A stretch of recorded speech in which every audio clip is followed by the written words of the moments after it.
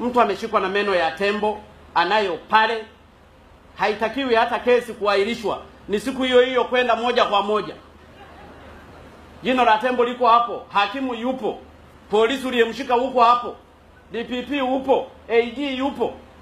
Hata akija yule wa kumtetea, ikiwezekana muunganishe na yeye aende pamoja huko.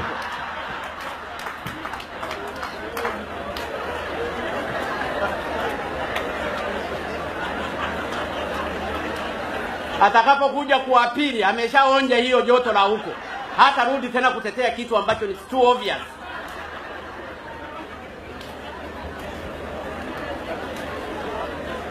Kwa sababu tunadili na watu ambao they are really criminals and they have money. Kitu obvious wanatempa in any form by using their money. Sasa ni lazima, ndugu zangu waheshimiwa majaji, waheshimiwa wapelelezi, ofisi ya DPP na AG, na wale mawakili wanaowatetea wabaya, watangulize masilahi ya Tanzania. Akikupa hela kwenda kumtetea na ana meno ya tembo, chukua hizo hela.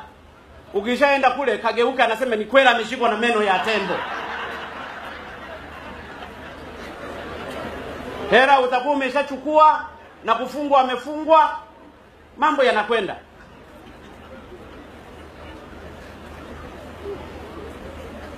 Mahakama oye!